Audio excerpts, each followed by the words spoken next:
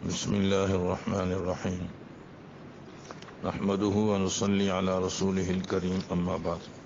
فجر کی نماز کی اہمیت کے لیے اتنی ہی بات کافی ہے کہ یہ وقت فرشتوں کے اجتماع کا ہے۔ رات والے فرشتے اس وقت میں چلے جاتے ہیں اور دن والے فرشتے اس وقت میں آ جاتے ہیں۔ اگر فجر کی نماز میں آدمی موجود ہو تو فرشتے گواہی دیتے ہیں، اے اللہ میں نے اس کو نماز میں چھوڑا ہے، اور دن والے فرشتے بھی گواہی دیتے ہیں کہ جب ہم گئے تو وہ نماز میں موجود تھا۔ خوش نصیب ہیں وہ لوگ جن کی حاضریاں بارگاہ الہی میں روزانہ لگ رہی ہیں۔ فجر کی نماز میں جو عموماً کوتاہی ہو جاتی ہے اور ہم لوگ وقت پر نہیں اٹھ سکتے، اس کا کیا حل ہے کہ ہم اس کو اختیار کریں اور ہماری نماز فجر کی باجماعت ہو جائے۔ اس سلسلے میں 10 گزارشات عرض کرنی مقصود ہیں۔ پہلی بات تو یہ ہے کہ فجر کی نماز میں جو کوتاہی ہوتی ہے اس کی بنیادی وجہ یہ ہے کہ ہم رات کو دیر سے سونے کے عادی ہو گئے ہیں۔ عموماً لوگ 12 بجے تو کوئی بات ہی نہیں ہے، 12 بجنا، 1 بجنا، 2 بجے کے بعد پھر سوچتے ہیں کہ یار اب سو بھی جائیں۔ تو پہلی گزارش یہ ہے کہ رات کو جلدی سونا چاہیے۔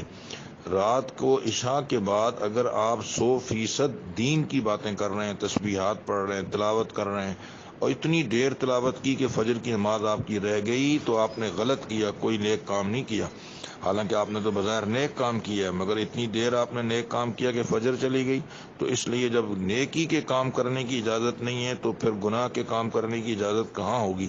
عموماً لوگ فضولیات میں اپنا وقت جو ہے وہ لگاتے ہیں اور دیر سے سوتے ہیں۔ تو پہلی بات یہ ہے کہ ہمیں جلدی سونا چاہیے، صحت کے لیے بھی مفید، اور انشاءاللہ جلدی اٹھنا بھی نصیب ہوگا، اور اپنے بچوں کو بھی جلدی سونے کا عادی بنانا چاہیے۔ دوسری بات یہ ہے کہ رات کا کھانا عموماً ہم دیر سے کھاتے ہیں، تو رات کا کھانا جلدی کھانا چاہیے۔ حدیث میں آتا ہے کہ آپ رات کے کھانے کو عشاء کی نماز سے ہضم کرو، تو بہتر تو یہ ہے کہ آدمی عشاء سے پہلے کھانا کھا لے۔ تو اگر ہم یہ چاہتے ہیں کہ ہم فجر کی نماز باجماعت پڑھ لیں تو رات کا کھانا جلدی کھائیں۔ تیسری بات یہ ہے کہ رات کا کھانا کم کھائیں۔ اگر کم کھائیں گے، خصوصاً رات کے کھانے کو، صبح آپ بے شک زیادہ کھائیں، دوپہر میں کھائیں، مگر رات کے کھانے کو کچھ کم کھائیں۔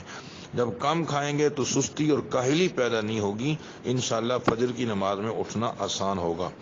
ایک چوتھا کام یہ کرنا چاہیے کہ عشاء کے بعد پانی نہ پئیں، یعنی اگر ضرورت محسوس ہو تو پانی پیا جائے، مگر کم مقدار میں پیا جائے۔ اس سے بھی سستی اور کاہلی پیدا ہوتی ہے اور اٹھنا مشکل ہوگا۔ ایک پانچواں کام یہ کریں کہ کھانے کے بعد رات کو کچھ دیر چہل قدمی کر لیں، اس سے بھی انشاءاللہ جو سستی کے اثرات ہیں وہ کم ہو جائیں گے، اور یہ صحت کے لیے بھی بہت مفید ہے۔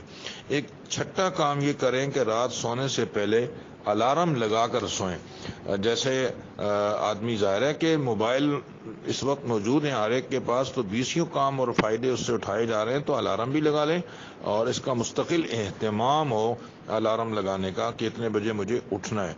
اور ایک ساتواں کام یہ کیا جائے کہ گھر کے جو بڑے افراد ہیں، والدین سے، بڑے بھائی سے یہ کہہ کر سوئیں کہ مجھے فجر کے لیے آپ نے اٹھانا ہے۔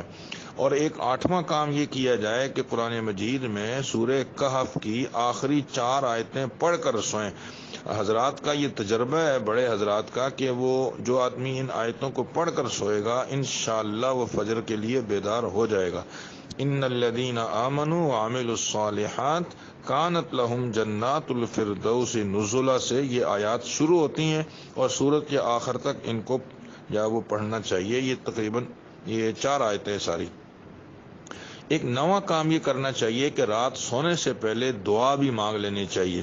اے اللہ میں فجر کی نماز کے لیے اٹھنا چاہتا ہوں، مگر میرے اندر یہ مرض ہے کہ میری فجر کی نماز رہ جاتی ہے، تو یا اللہ میری اس کوتاہی کو معاف فرما دے اور مجھے فجر کی نماز جماعت کے ساتھ پڑھنے کی توفیق عطا فرما۔ بھائی یہ الفاظ آدمی کہے، انشاءاللہ اس کا بھی بھرپور فائدہ ہوگا۔